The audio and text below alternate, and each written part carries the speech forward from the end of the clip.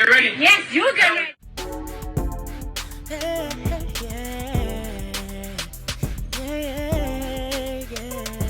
If you want the latest news in the streets, join us and tune in for the tea. Breaking news with integrity. So tell your friends and your family. It's the Lovelyti TV show, bringing you good tea and good vibes. It's the Lovelyti TV show. Be sure to share, like, and subscribe. We do not get the same treatment when it comes to us going missing. We don't get the same coverage. When our parents call to say that my daughter's missing, oh, she's probably just a runaway. We don't get the same sense of urgency. I remember being around during the whole Natalie Holloway situation. She got coverage for months. Meanwhile, around the same time, there were Black women missing. Not a blip on the radar. And I think the part that's so frustrating with this situation is the fact that I don't know why she did this, but I'm assuming for attention, is the fact that you have people still excusing this and saying, well, it doesn't matter, she's home. Well, yeah, two things can be true at once, right? You can walk and chew gum. We're all happy she's home, right? We don't wish death on anyone. But the point is, this was ridiculous. And this makes it where now, when the next person is really missing, especially Black women who already don't get the attention that we need when we go missing, nobody's really going to bat an eyelash. Nobody's really going to care. You have people now saying, well, I don't care. It is what it is. If anybody else goes missing, I'm not looking at any, missing people wanted posters because they're probably all lying and looking for attention. Like, this situation was insane. And can we stop with the mental illness excuse as well? I'm so tired of all these bootleg ass Twitter psychologists, TikTok psychologists, these mushmouth ass wannabe fake woke pro-Blacks. You know what I'm saying? Oh, well, Black women be going through so much stuff. And, Black women suffer from mental illness. Stop. You are disrespecting people who really have mental illness. You are disrespecting people who really suffer from bipolarism, who are really trying to function in everyday society. When you're sitting here diagnosing somebody who her parents have said she doesn't have a mental illness, our daughter's missing, the parents never stated any of this, but you guys have diagnosed this woman just so y'all can be right. It's insulting. Because you're basically saying that everybody with the mental illness is a nutcase who just, fakes kidnappings. Whatever happened to just being an attention-seeking whore? Does that not exist anymore? Whatever happened to people who just do things because they want attention? They want to go viral. They're trying to get back at their ex. Does that not exist anymore? Everything is not mental illness. Everything is not mental health.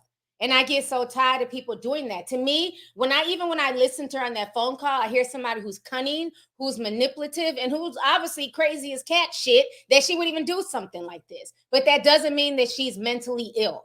That doesn't mean that, she's been clinically diagnosed. And we need to stop doing that. Then you have the other mushmouth saying, we need to be on code. Black folks ain't never on code. It don't matter if she lied. We need to stay on code. That's the problem now. Y'all sit here and stay on code with fuckery. No, what you need to do is stay on code with the people who are doing the right thing and stop being on code and calling out the people who are making the community look bad.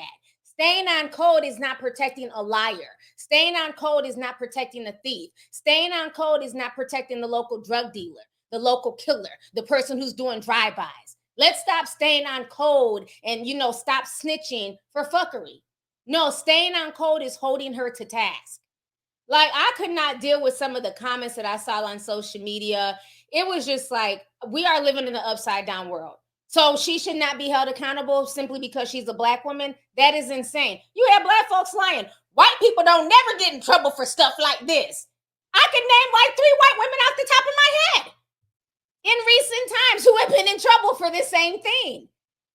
Nobody ever sympathizes and says, oh, well, the white woman probably, had mental illness. White women, they be going through so much stuff. No, everybody was like, throw that white bitch in jail. Throw that Karen in jail. How dare she lie on a Mexican? How dare she lie on a Black man? Why? So I'm sorry, I keep the same energy. I keep the same energy. I don't care. And that's the problem. A lot of people, they only keep a certain energy depending on if they like the person, if they like the story. No, I'm gonna keep the same energy. I don't care if this was a Black woman who lied and created this whole facade, if this was a white woman. Wrong is wrong. She wasted resources. There are real people missing right now in Alabama, and resources were diverted towards this young girl. And then for people saying, well, now there's a conspiracy. Oh, they only did this to make Black women look bad. So y'all know I'm team conspiracy theory, but damn, y'all have a conspiracy for every damn thing. Everything's not a conspiracy.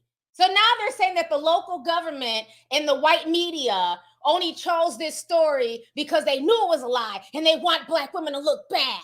Some of y'all are just lunatics, and y'all need to go, the way y'all tell me to go outside and touch the grass, some of y'all need to go outside and go touch the grass, go get y'all's feet wet, you know what I'm saying, go out to eat, unplug. It's okay to take a few days away from the net, okay? The white media did not pick this story up because they knew it was a lie, and this was to make the Black community look bad. They picked it up because why? All the Black folks were on social media saying, find her. She's missing. She was last talking to her sister-in-law. There's a baby out there. Because of the pressure of all the Black folks on social media, the Tamika Mowries and everybody else who believed her story, as they should have. Because I'd rather people believe this type of story. Unfortunately, it ended up being fake, but it's better that we believe this, spread the word, and then let the chips fall where they may. That is why the white media picked it up. And on top of that, our good friend Carlee added the sauce of the toddler. There's a toddler with a diaper on the side of the interstate. So she added sauce to the story as well. Y'all have no smoke for the role that she played, but somehow now it's a conspiracy with the white media. Again, everything is not a conspiracy, folks. Sometimes you just have people out here who are crazy and who have issues, you know what I'm saying? And I don't know what's going to happen with the GoFundMe money. They said people in that neighborhood, they were making ribbons, putting it on their door. They had a whole list because, it ain't like she lives in the projects. Y'all seen her mom and daddy house, big ass welcome sign, nice old door. They live in a nice neighborhood. Most of the people knew everybody. People were genuinely concerned. They were taking shifts, making her parents food. They set up GoFundMes. One of my tea sippers, they said her uncle donated like $8,000. They were doing fish fries, barbecues, rallying together. So this is bigger than just, social media. A lot of y'all are doing nothing but tweeting. There are people who put their real energy, who were really attached to this story. The white woman who led the charge to go look for her, she had a daughter who went missing, and unfortunately, her daughter was found killed. So this is not some type of conspiracy. This girl is foolish. And it's not funny. So people have asked me, what do I think should happen to her? Should she go to jail? I think there should be consequences. How much time? That's not for me to say. I'm not a judge, just like with Juicy Smollett. There should have been consequences. Because why? Once there's no consequences, monkey see, monkey do. And we can't have a bunch of people doing this. Not when there's real missing children out there, not when real men, women, boys, and girls are being trafficked every day. We can't have this. I'm not saying lock her up and throw away the key, but maybe she needs to go sit down in jail and do a few months in jail, since she wants to make up fabricated tales. But you know what, though, to be honest with you, because of how divisive we are in this country, because you're not allowed to hold certain people accountable, there probably won't be any charges, because the second they charge her, here comes the mush mouths with the capes. They're going to be saying, oh, how dare they charge a Black woman? We've been through so much. So they're probably going to be too scared to charge her, to be honest with you. Just keeping it real. So she probably won't be charged. Should she be charged with something? Yes. And she should definitely have to get back the money. Everybody should be refunded. Or else take that money and donate it to a real, missing and exploited cause. It shouldn't go to her. or her family. And again, I know a lot of people are dragging the mom, the dad. I still don't think that they had anything to do with it. I think they were, between a rock and a hard shell, trying to protect their daughter, believing, their daughter, not thinking their daughter would ever go to this extreme. So I'm gonna give the parents grace, because at the end of the day, she's a grown woman. She's 25 years old, and all you can do is believe what your children tell you. Even though this story just sounded like bullshit, the more and more stuff came out, it was like, and then once I saw the father's energy, I'm like, yeah, there's more to this story, and I'm not buying it. And I think one thing that we should take away from things like this is that you have to be a critical thinker, and there's nothing wrong with being a critical thinker. Stop letting people on the shade room, stop letting people on these internet streets shame you for thinking twice about anything. You have to think critically, because if you don't have critical thinking skills, that is how you get yourself into situations that if you would have thought critically, you wouldn't be in that situation now. It was so many people that were simply asking questions and saying, well, this doesn't sound right. Nobody else saw the toddler. Were there other 911 calls? Was it only her call? Oh, fuck you for not believing her. You're always judging. It's like they're just asking a critical question. That is a legitimate question. So you mean tell me on a freeway with thousands of people driving by, only one 911 call? Nobody else called? Hell, you can see a deer run across the freeway and there'll be 50 911 calls within the span of 5 minutes. But it was like anybody who asked anything critical was attacked. It's insane. Do not lose that part of you. I wish more in this generation had critical thinking skills, because y'all literally fall for the okie doke time and time again. Time and time again. Remember, even back then, the receipt. Remember, that was a whole nother hustle. Oh, I went to Starbucks and somebody wrote the N-word on my receipt.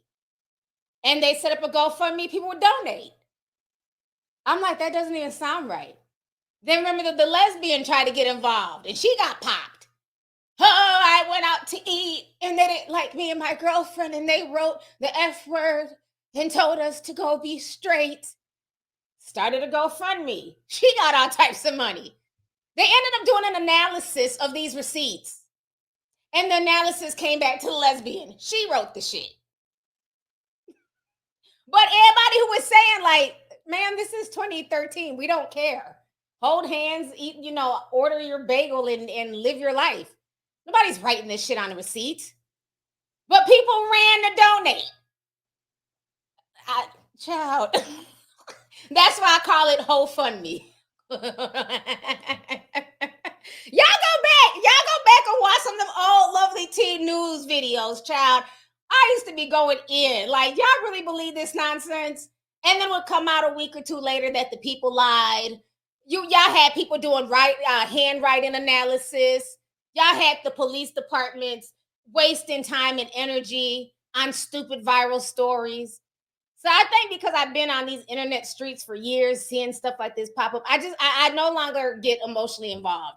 At this point, I just wait for more to come out. Because if you speak too early, you get drugged.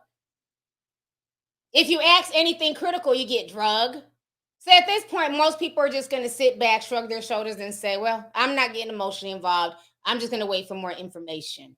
And I hate that because, again, this is what's going to cause, more people to not be found because of foolishness like this. So Carlee should be very, very ashamed of herself.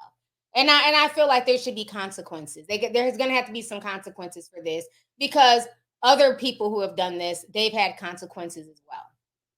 And I think if they don't have any consequences for her, you're going to see more monkey see, monkey do. Because at this point, the new currency on social media is attention. People don't even need money right now. They just want attention. Attention is the new currency. It's a sickness. If you want the latest news in the streets, join us and tune in for the tea. Breaking news with integrity. So tell your friends and your family. It's the Lovelyti TV show, bringing you good tea and good vibes. It's the Lovelyti TV show. Be sure to share, like, and subscribe.